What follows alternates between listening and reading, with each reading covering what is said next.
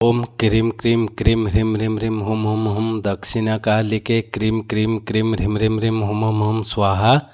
माँ दक्षिणाकालिके नमः। प्रसन्नवरदो भव, प्रसन्नवरदो भव, प्रसन्नवरदो भव। सिद्ध साधक परिवार के इस चैनल में आपको स्वागत है। चैनल में गुप्त से गुप्त दुर्लभ साधनाएं चल रहे हैं, जानने योग्य बातों पर चर्चाएं भी होते आ रहे हैं, साथ ही साथ शक्तिशाली से अति तीव्र शक्तिशाली टोटके भी दिए जा रहे हैं। तो आज के इस साधनाओं वाले कड़ी में हम बात करेंगे, ज्ञान का आहरण करेंगे तथा पूर्ण साधना विधान बताएंगे लक्ष्मी विनायक साधना के विषय में। आप जानते होंगे आजकल श्री गणेश का सामान्यतः अर्थ यही बन गया है कि किसी कार्य की नींव रखी जाए, उसको शुरू किया जाए, परंतु इस धारणा के पीछे छिपा मूल चिंतन यह बिल्कुल हो गया है कि श्री गणेश का तात्पर्य उस श्री अर्थात लक्ष्मी और गणेश की साधना से है, जिसे श्री गणेश साधना या लक्ष्मी विनायक साधना कहा जाता है। कालांतर में साधना तो विलुप्त हो ही गई, परंतु परंपरागत रूप में लक्ष्मी गणेश की पूजा अभी भी हमारे परिवारों में प्रचलित है। आइए बात करते हैं इस लक्ष्मी विनायक साधना, जो कि एक चमत्कार से कम नहीं है, उस साधना को संपन्न करने से क्या क्या लाभ प्राप्त होते हैं।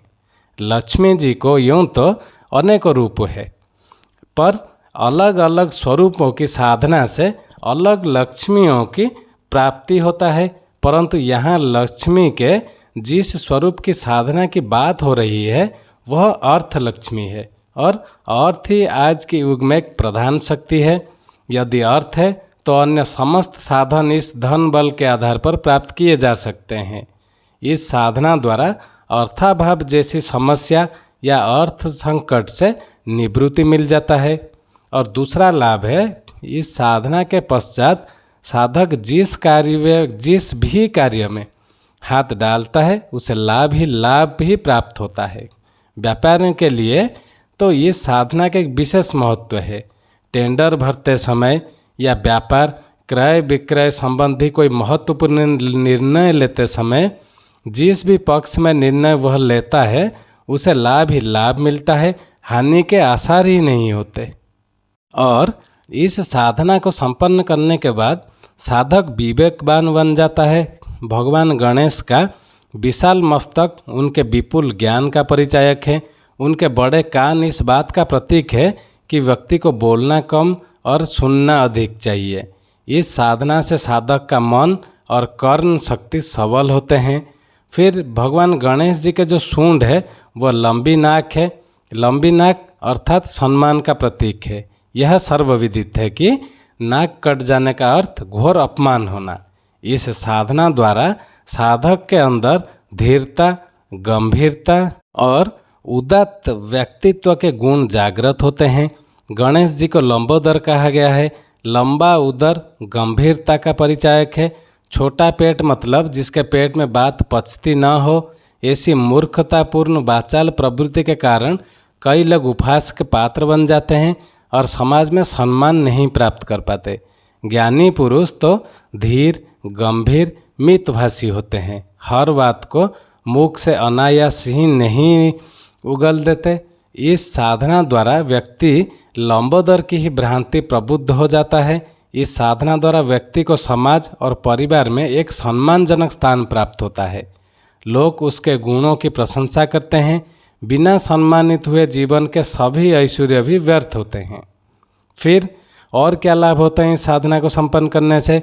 कैसा भी कार्य हो, चाहे वो ईश्वर प्राप्ति हो या दैनिक जीवन से संबंधित कोई कार्य, उसके सफलीभूत होने में यदि संदेह आ गया तो सफलता की संभावना यूं ही क्षीण हो जाता है। और इसी संदेह, तर्क, कुतर्क से साधक की शक्ति क्षीण हो जाता है। गणपति का वाहन मूषक इस तर्क का प्रतीक है। मूषक की आदत है अच्छी वस्तुओं को कुतर कर काट डालना, परंतु गणपति उसे अपने ज्ञान भार से दबाए हुए उस पर नियंत्रण बनाए रखते हैं, इस पर हावी रहते हैं। इस साधना द्वारा हमारा कहने का मतलब यही है, तात्पर्य यही है कि इस साधना संपन्न करने के पश्चात साधक के सभी संदेह कुतर्क समाप्त होते हैं, उसे सद्गुरु की कृपा प्राप्त होता है, क्योंकि संशय के समाप्त होने के बाद ही साधना में सफलता की स्थिति बनता है। और यदि आप बेरोजगार हैं, आपके बार बार आवेदन करने पर भी आपको रोजगार के या आय के उचित स्रोत नहीं मिल पा रहे हैं, तो यह साधना एक चमत्कारी साधना साबित होगा। इस साधना को प्रारंभ करते समय अपनी मनोकामना गुरु चित्र के समक्ष बोलनी चाहिए। यदि आपकी सफलता में कोई विघ्न है तो वह स्वतः ही समाप्त हो जाते हैं। और क्या लाभ होते हैं?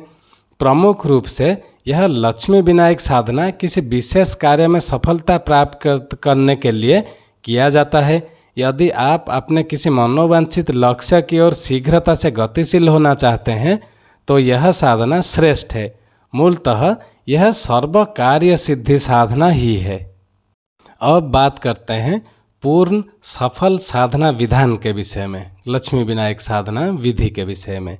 याद रखें, यह एक 7 दिन की साधना है जिसे किसी भी चतुर्थी से प्रारंभ किया जा सकता है। आपको करना क्या है? प्रातःकाल स्नान आदि से निवृत्त होकर शुद्ध पीली धोती धारण करें। उसके ऊपर अपने गुरुदेव से प्राप्त हुआ पीताम्बर हो या नामावली हो, उसको ओढ़ लें।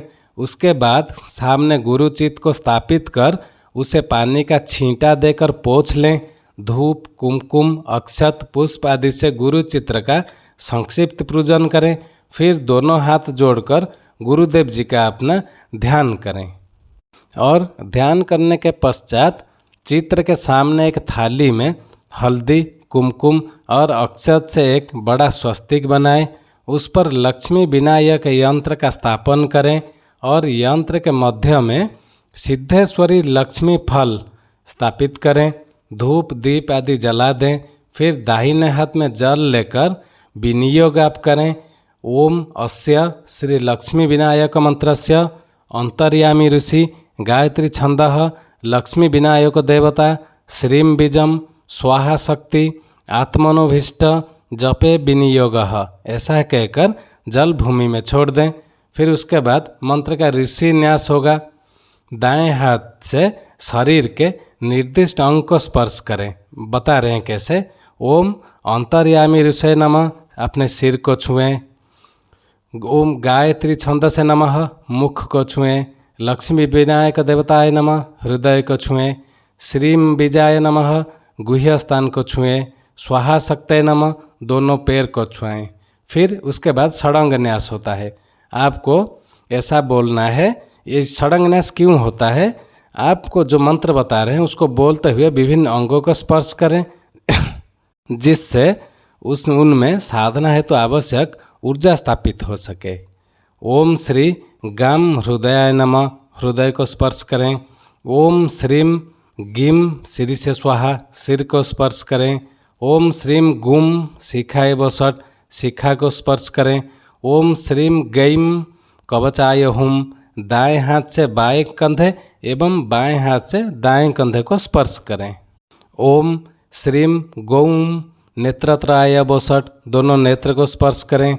ओम श्रीम गह अस्त्राय फट, दाहिने हाथ से सिर पर 3 बार घुमाकर 3 बार ताली बजाएं। फिर आपको लक्ष्मी विनायक जी का ध्यान करना है। उनका लक्ष्मी विनायक जी का स्वरूप को ध्यान करते हुए आपको कुछ श्लोक उच्चारण करें तथा यंत्र पर एक पुष्प चढ़ाएं। श्लोक ऐसा है। दंताभये चक्रधरो दधानम कराग्र स्वर्ण घंटः त्रिनेत्रम ध्रुताब्जया लिंगितम विद्यापुत्रया लक्ष्मी गणेशः कनका भमिड़े। और इसका भावार्थ आपको समझ लेने चाहिए। दाहिने हाथ में शंख दंत एवं शंख तथा बाएं हाथ में अभय एवं चक्र धारण किए हुए भगवान गणेश जी तथा एक हाथ में कमल तथा दूसरे हाथ में सुवर्ण निर्मित घट लिए हुए महालक्ष्मी जी की मैं वंदना करता हूँ। बस इतना ही ये ध्यान का 2 श्लोक बताया, उसका अर्थ। अब उसके बाद यंत्र पूजन करें। जो यंत्र आप स्थापित किए हैं लक्ष्मी विनायक यंत्र, उसको पूजन करें। और गणपति जी के जो मंत्र बताने जा रहे हैं उसको बोलते हुए यंत्र पर 8 दिशाओं में हल्दी से क्रमशः 8 बिंदियाँ लगाएं। ओम वक्रतुंडाय नमः बोल के एक बिंदी लगाएं। ओम महोदराय नमः और दूसरा बिंदी लगाएं। ओम लंबोदराय नमः तीसरा बिंदी लगाएं। ओम विघ्नराजाय नमः चौथा बिंदी लगाएं। ओम एकदृष्टाय नमः पांचवा बिंदी लगाएं। ओम गजास्वाय नमः छठा बिंदु लगाएं। ओम विकटाय नमः सातवां बिंदी लगाएं। ओम विनाकायाय नमः आठवां बिंदी लगाएं। इसके बाद कुमकुम से उसी प्रकार जैसे आप हल्दी से बिंदी लगाए उसी प्रकार आपको कुमकुम से भी 8 दिशाओं में यंत्र पर 8 बिंदियाँ लगाते हुए लक्ष्मी जी का पूजन करें। उसी यंत्र पर ओम लोहिताक्षय नमः कुमकुम से एक बिंदी। ओम पुष्टय नमः दूसरा बिंदी। ओम नील लोहिताय नमः तीसरा बिंदु। ओम अमोघाय नमः चौथा बिंदी। ओम कराल्य नमः पांचवा बिंदी। ओम दिव्याय नमः छठा बिंदी। ओम वारुणे नमः सातवां बिंदी। ओम महालक्ष्मी नमः आठवां बिंदी। इसके बाद विनायक दिव्यतमा माला आपको साधना के लिए जो मुख्य 3 चीज़ें बता दे रहे हैं वो है लक्ष्मी विनायक यंत्र, सिद्धेश्वरी लक्ष्मी फल और विनायकी दिव्योत्तमा माला। ये 3 चीज़ का आपको नित्यांत आवश्यक है। ये तीनों आप सिद्ध साधक परिवार से प्राप्त कर सकते हैं या अगर आप अपने गुरुदेव के आश्रम से या किधर से भी आप जुगाड़ कर सकते हैं तो उसको ला के प्राण प्रतिष्ठा विधि हमने बहुत पहले अपने वीडियो में बहुत सारे बता चुके हैं। उस विधि से आप उनका प्राण प्रतिष्ठा करें फिर उनको प्रयोग में लाएं। अब क्या करें? अब इसके पश्चात विनायक दिव्योत्तमा माला से जो सिद्ध साधक परिवार के तीव्र लक्ष्मी विनायक मंत्र देने जा रहे हैं उसका 5 माला ही केवल जाप करें। मंत्र ऐसा है, आप लिख के रख सकते हैं। ओम श्रीम गम सौम्याय गणपतये वरवरदे सर्वजनम में वसमानाय स्वाहा। इस मंत्र का आपको 5 माला जाप करना है। 11 दिन की इस साधना के बाद यंत्र व माला को जल में विसर्जित कर दें। और इस साधना विधान बताने से पहले जो जो लाभ प्राप्त होंगे हमने बताया था वही लाभ आपको प्राप्त होंगे ही होंगे, इसमें संशय का स्थान नहीं है। क्योंकि सिद्ध साधक परिवार में इसी साधना को बारंबार साधित किया गया है और इसके सुफल परिणाम देखे गए हैं आँखों के सामने। अब क्योंकि यह एक तीक्ष्ण साधना है इसके लिए हमने कुछ चीज़ इस वीडियो में गुप्त रखा है जिनका उजागर हमने नहीं किया है। जिनको यह साधना करना है वो हमारा ईमेल आईडी दिया हुआ है, हमें संपर्क कर सकते हैं, हमें व्हाट्सएप के माध्यम से संपर्क कर सकते हैं। उनको पूर्ण साधना सामग्री जिनको चाहिए होगा जो उसका आयोजन नहीं कर सकते उनके पास भी पहुंचा दिया जाएगा, उसमें भी दिक्कत नहीं है। वो हमें ईमेल करें, उनको संपूर्ण जानकारी साधना के विषय में और विधि के विषय में दिया जाएगा। आज के लिए इतना ही था। हमारे चैनल को ज़्यादा से ज़्यादा सब्सक्राइब करें। जो कोई अगर ज़रूरतमंद हो जिनको ये साधना चाहिए हो उनको ज़रूर शेयर करें। आज के लिए इतना ही था। चैनल को सब्सक्राइब क्यों करें? ताकि हमारे कहे हुए बातों का दिए हुए मंत्रों का सम्मान भी बना रहे। ओम क्रीम क्रीम क्रीम ह्रीम ह्रीम ह्रीम हुम हुम हुम दक्षिणा कालिके क्रीम क्रीम क्रीम ह्रीम ह्रीम ह्रीम हुम हुम हुम स्वाहा। माँ दक्षिणा कालिके नमः प्रसन्न वरदो भव, प्रसन्न वरदो भव, प्रसन्न वरदो भव। जय सिद्ध साधक परिवार।